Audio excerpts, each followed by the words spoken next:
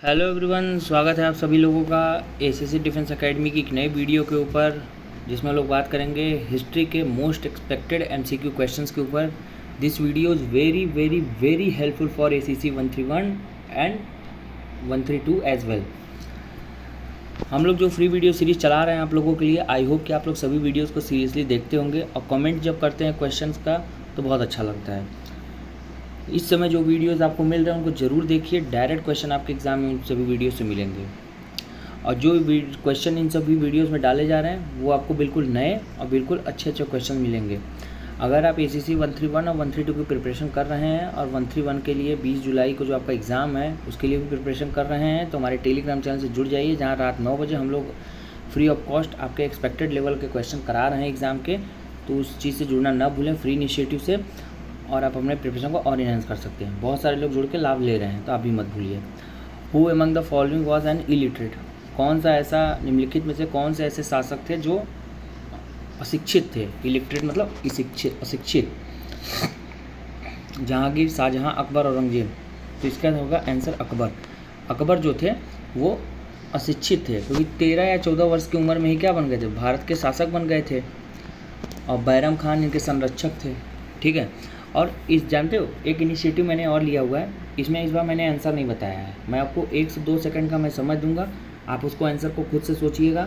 अगर वो आंसर आपका, फिर मैं आंसर बताऊंगा। अगर वो आंसर आपका गलत हुआ तो सुधार कर लीजिएगा, सही हुआ तो फिर ठीक है। आप मुझे अपना स्कोर कमेंट सेक्शन में ज़रूर बताइएगा, ठीक है। Which governor general is associated with the doctrine of lapse? हड़प नीति का सिद्धांत किस गवर्नर जनरल से जुड़ा हुआ है? Lord Ripon, Lord Dalhousie, Lord William Bentinck, Lord Curzon.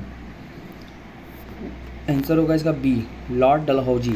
Lord Dalhousie जो थे डॉक्ट्रिन ऑफ लेप्सी के क्या थे? फाउंडर थे। मतलब जिसके मेल सक्सेसर नहीं होंगे, जिस राजा के मेल पुत्र नहीं होंगे, मेल मतलब पुत्र नहीं होगा, तो उसका जो राज होगा वो अंग्रेज अपने मिला लेंगे। ठीक है। जिसके कारण 1857 का रेवोल्यूशन एक प्रमुख रीज़न था इस लेप्सी के कारण। ठीक है। क्योंकि बहुत सारे राज्य को एक्वायर कर लिया था, एनेक्स्ट कर लिया था, हड़प लिया था अंग्रेज़ों ने। ठीक है। जहाँ के विद्रोह की भावना जहाँ से उठी थी। The editor of Young India and Harijan was? Harijan और यंग इंडिया के एडिटर कौन थे? एडिटर मतलब संपादक। नेहरू, अंबेडकर, महात्मा गांधी, सुभाष चंद्र बोस। आंसर सी होगा, महात्मा गांधी जो थे। ठीक है। देखो, उस समय के जो न्यूज़पेपर जो महात्मा गांधी या सुभाष चंद्र बोस या नेहरू जी एडिटिंग करते थे ना, वो अपने विचार रखते थे उस समय के कंटेम्प्रेरी इशू पे। ठीक है। वो अपने विचार, तो इसीलिए वो चीज़ बहुत इंपॉर्टेंट हो जाती है। आपको मैं सुभाष चंद्र बोस में एक चीज़ बताता हूँ। सुभाष चंद्र बोस 1939 में आईएनसी के क्या बने थे? चेयरमैन बने थे। इस चीज़ को भूलिएगा मत। आईएनसी के चेयरमैन 1939 में बने थे। महात्मा गांधी एक ही बार कर बने थे, 1924 में बेलगांव का अधिवेशन था वो। ठीक। The Greek ambassador sent to the Chandragupta Maurya court? कौन सा ग्रीक एम्बेसडर चंद्रगुप्त मौर्य के कोर्ट में भेजा गया था? Kautilya, Seleucus Nicator, Megasthenes and Justin.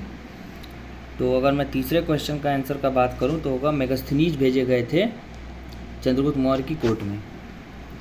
Chandragupta Maurya Bharat के बहुत प्रमुख शासक में से एक माने जाते हैं, जिन्होंने अखंड भारत का निर्माण किया था।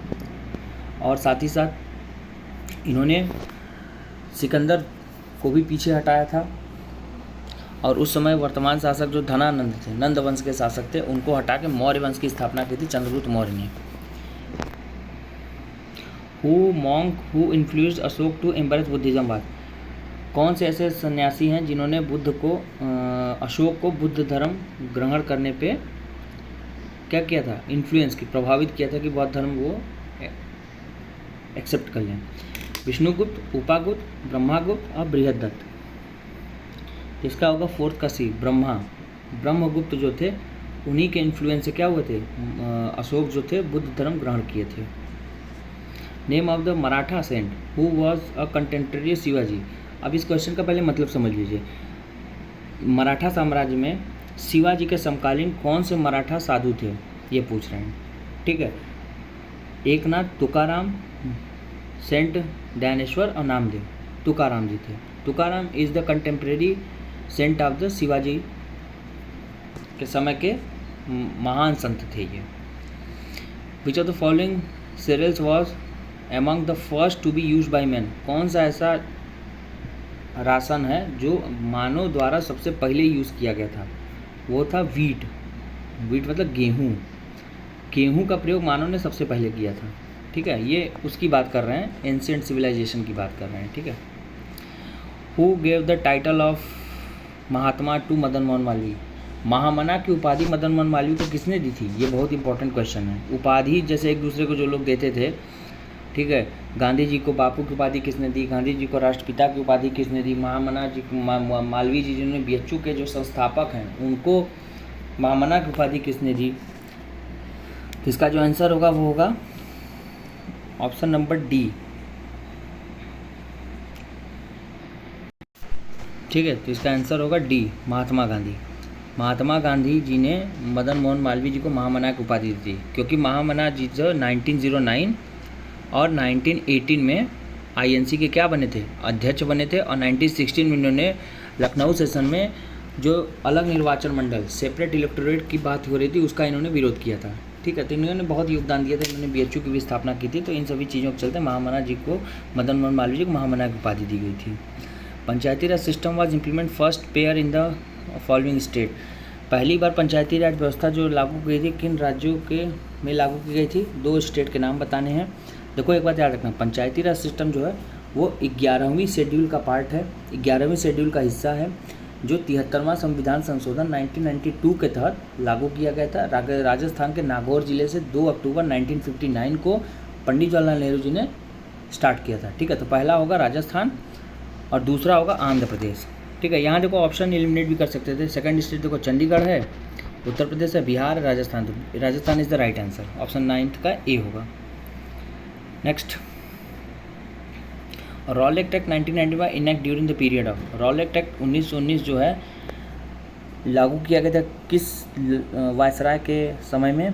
देखो रॉलेट एक्ट ये था, इसको ब्लैक एक्ट बोला गया था। ब्लैक एक्ट क्यों बोला गया था? क्योंकि इसमें ये प्रावधान किया गया था कि सेडिशन लॉ लागू कर दिया गया था। सेडिशन देशद्रोह का कानून। अगर भारतीय अपनी डिमांड रखते थे, कोई प्रोटेस्ट करते थे तो अंग्रेज को देशद्रोह मानते थे। तो उसी चीज़ को रोकने के लिए कि प्रोटेस्ट ना हो, कोई अपनी डिमांड ना रखे, इस चीज़ को लागू कर दिया गया रॉलेट एक्ट को। ठीक है, और इसी के वजह से पंजाब के 2 लीडर